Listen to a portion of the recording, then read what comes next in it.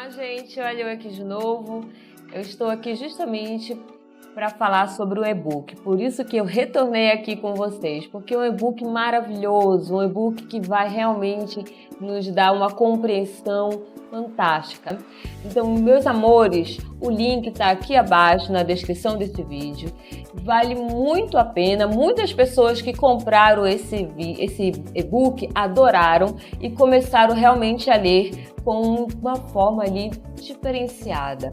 É uma meditação, uma reflexão que melhora muito a nossa alma, o nosso espírito e vai realmente lhe dar um outro olhar sobre a oração do Pai Nosso. Tenho certeza que vocês vão gostar. Vale a pena. Dá uma olhadinha lá. Até a próxima. Mas você não tá inseguro? Não, mano. Deus fala, olha que louco isso. Deus falou que eu preciso escrever um livro. E aí eu comecei a escrever. Aí a minha internação ia durar 35 dias e com 32 dias os médicos me chamaram e falaram: cara, você tá bem, a gente vai te liberar 3 dias antes. Aí eu falei: doutor, impossível. Impossível. Ele falou: como assim impossível? Eu falei: eu tô escrevendo um capítulo por dia. E faltam 3 capítulos para eu terminar o meu livro. Mano, diante de Deus. Se você me liberar, eu tô morrendo de saudade da Kezinha e da minha filha. Eu não vou escrever mais nada, irmão. Eu quero ir para casa, eu quero ficar com elas, eu quero... Se eu sair antes, eu não vou terminar o projeto, cara. Eu preciso terminar o que Deus me deu. E aí eles riram e tal. Eu falei: não, tal. Não, eu falei: doutor, tô falando sério, eu preciso terminar esse livro. Mantém a indicação inicial que você fez. E aí eu fiquei, cara, até o final, fiquei mais 3 dias, terminei os 3 últimos capítulos e fui para casa. Porque Deus me deu uma chave ali, Vilela, olha que louco isso. Tem algumas plantas que elas só nascem em lugares específicos do mundo, né?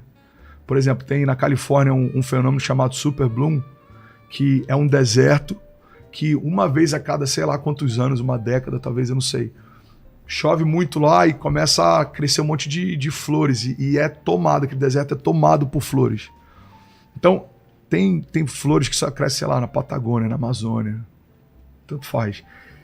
E Deus falou comigo: algumas sementes que eu vou te dar no momento que você está, elas só podem ser dadas nesse cenário.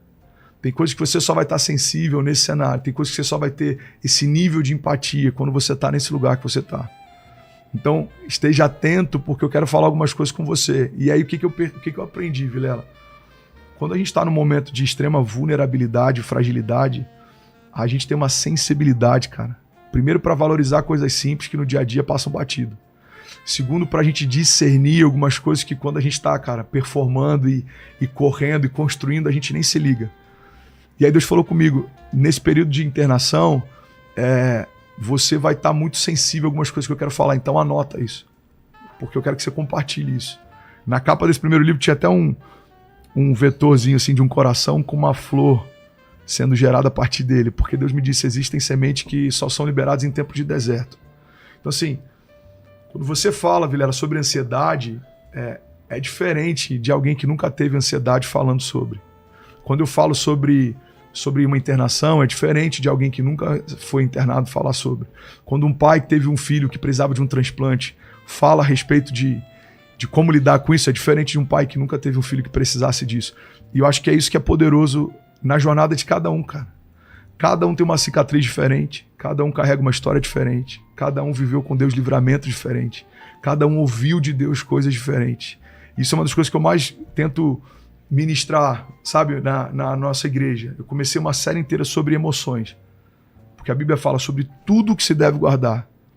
Guarda o teu coração, porque dele procede as fontes de vida. O que é guardar o coração? Cara, coração, nessa analogia, vou chamar assim com muito zelo, tá, bíblica, tá ligado ao centro das emoções. A gente acredita e a gente trata o coração como sendo o centro das emoções. Então, se a gente quiser substituir essa palavra, o que a Bíblia está dizendo basicamente a Bíblia podia escolher qualquer coisa, Vilela, qualquer área.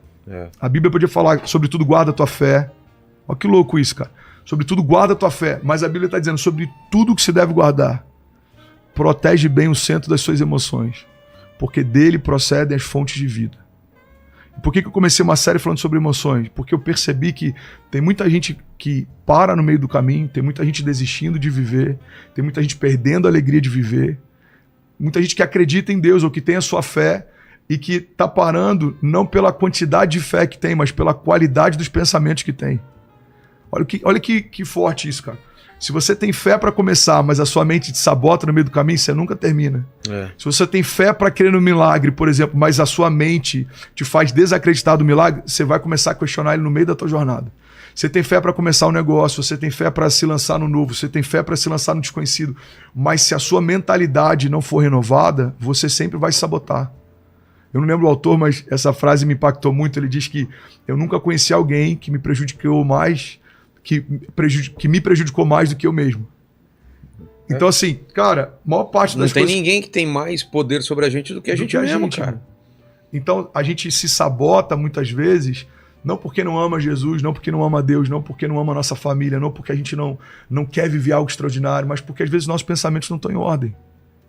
E a Bíblia chega ao ponto, é uma condicional que a palavra estabelece. Ela diz: transformai-vos pela renovação do vosso entendimento, para que possam experimentar qual é a boa, agradável e perfeita vontade de Deus. O que a Bíblia está dizendo, cara, é que se a minha mente não é renovada, eu não consigo acessar a boa, agradável e perfeita vontade de Deus.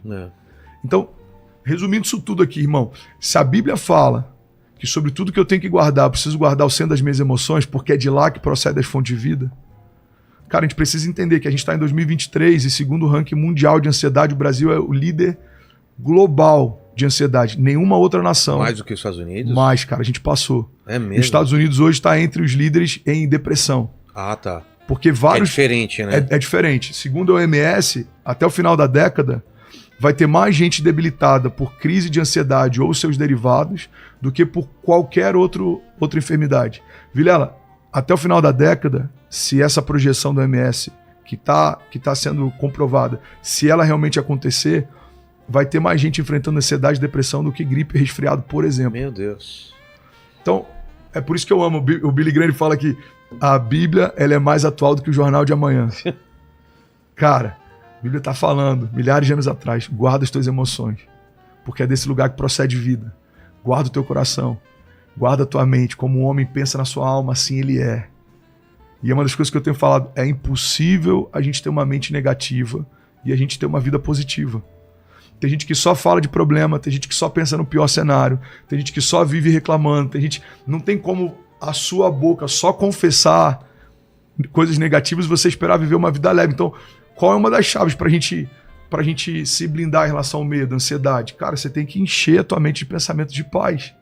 A Bíblia fala, eu preciso trazer à minha memória o que me dá esperança. Você quer ver uma